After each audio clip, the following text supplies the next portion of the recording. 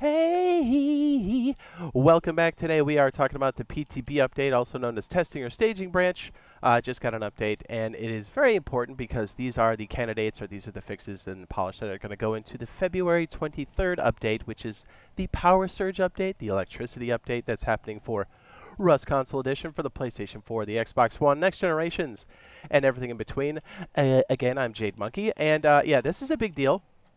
There's going to be some good bug fixes there. I know a lot of people have been kind of choking down on the last couple bugs. It's been pretty rough to play over on PTB with some of these bugs, but it's good to see that these are going through. And the more and more polished this gets, the better and better this is going to get for the full release to main branch. I got to tell you, electricity, long time coming, but it's definitely looking very, very good. And we might even get another patch or two before this actually gets released on February 23rd.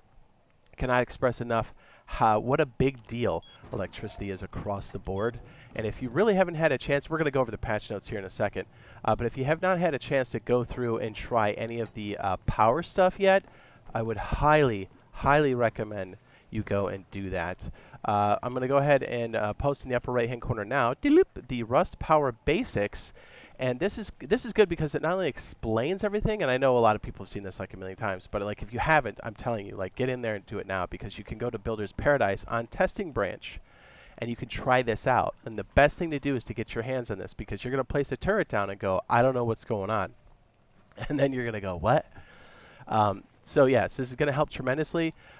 Get out there, try some of the circuits at the end of this video. Not this video, I'm sorry, the one that's the one that was linked, the Rust Power Basics.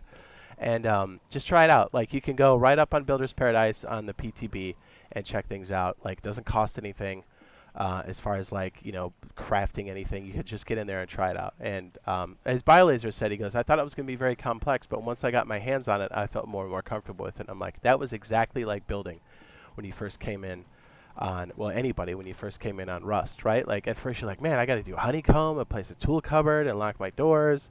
But now, like, it's super easy, right? Like, you understand what it is, and you know how to navigate that terrain. So the quicker you can get into that world and start putting down circuits and stuff, the better off you're going to be. And you're going to be able to find those weaknesses as you start to walk through and see those Zergs that have turrets that are going on and off. And you can go, hey, I'm going to gank those weapons. So, okay, let's go over these PTB notes here. I don't want to make this terribly long. Okay. Here's the fix for PTB. It says, fixed a bug that prevented players from placing embrasures on wooden structures. Fixed a bug that could cause players to get stuck in a rib if they rejoin a server after being kicked while switching seats on the boat. Fixed a bug at the cargo ship that could bounce players off ladders into the ocean when trying to climb them.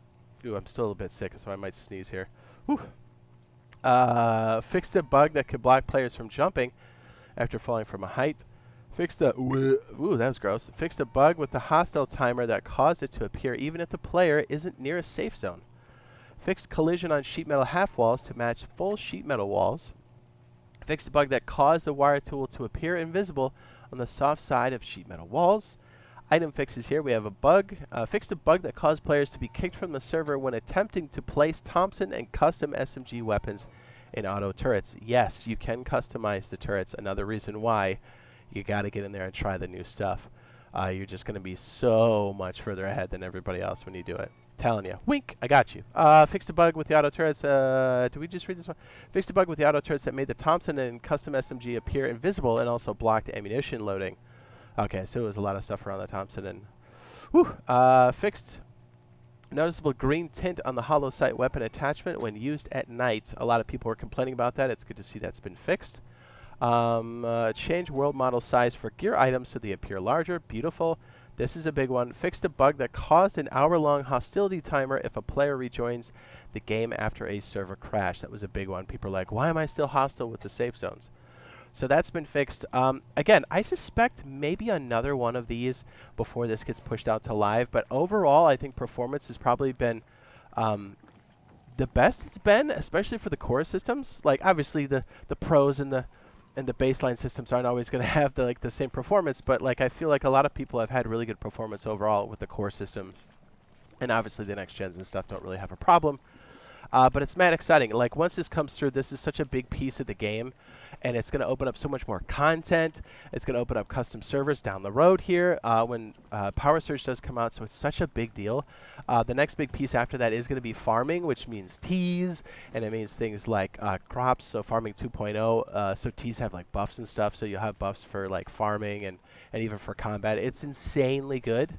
I don't think people use it enough over on PC, but it's super, it's just going to change the game across the board. But hey, our first transport thing we're going to get this year, by the way, is going to be horses, right? So I can't wait for that. That should be later on this year. But so we're going to go ahead and show you what we have for Rust farming here on the end screen. So go ahead and check it out. For a second, I thought it was horses. Don't blame me. So yeah, you can check out our farming video on the end screen.